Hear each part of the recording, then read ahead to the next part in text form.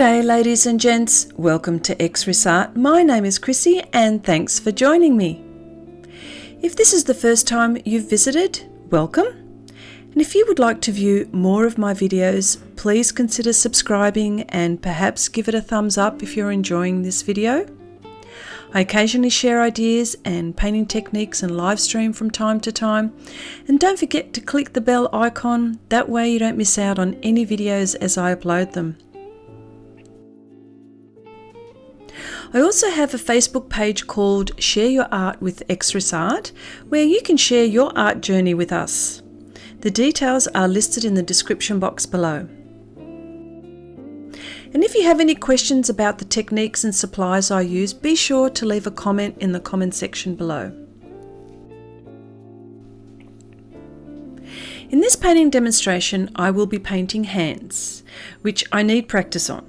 In the future, I will be painting all sorts of hands, feet, arms, and legs and limbs.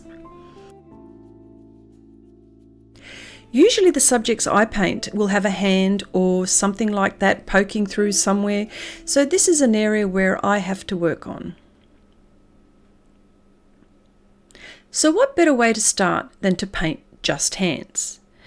This painting demonstration was painted on a working live stream, so if you would like to view the absolute slowed down version, which is approximately 6 hours long, I will put a link in the description box below. And on a side note, I actually did finish this on the live stream, which doesn't happen very often. The art supplies I used are PanPastels Pastel Pencils on 24 by 30 centimeter Pastelmat anthracite. Pastelmat comes in all sorts of sizes, colours, and it's available to be purchased in sheets and pads. Pastelmat is also available in boards, which I enjoy using. I also used bristle brushes with the pans, which is how I work these days. I also used a separate piece of paper to mix colours, which is one of the main features of PanPastels. It's amazing what colours you can mix or make with just a handful of colours. Okay, the hands. It's interesting to note the knuckles and the joints with each finger. With me, I find the issue I have is the values, so I took my time and I was careful to pay careful attention to every crevice, crease and joint. So if I could bullet point my process with these hands, that would be 1. In this project, I used approximately 80 to 90% PanPastel. 2. I worked finger by finger and paying special attention to the values, making sure my lights were light and my darks were dark. And lastly 3, for the skin tones, I use all sorts of PanPastel colours. In this project, I used the red iron oxide group, the burnt sienna group, the raw umber group, and the turquoise group of pans.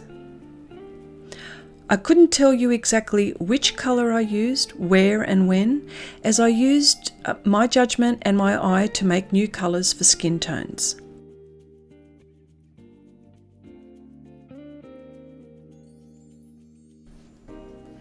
For my shadows, I decided to use the turquoise group of pan colours, which I found was an excellent choice, as it desaturated the red iron oxide pans whilst creating a terrific shadow colour. Violet or blue would be a good choice also. For my lights, I didn't use white. I preferred to use the raw umber tint and the turquoise tint. Again, if I could mention the brush technique I use, depending what area of this painting I'm working on, I use the appropriate size brush. For example, in the larger areas, I use an angular bristle makeup brush. These bristles have a unique feel. In other words, it is firm enough to pick up the pigment from the pan and soft enough to apply on the surface without harming the tooth. In addition to the bristle makeup brushes, I also use watercolour and synthetic brushes. This brush technique works best on Pastelmat, and you could get the similar results on UArt 600 to 800.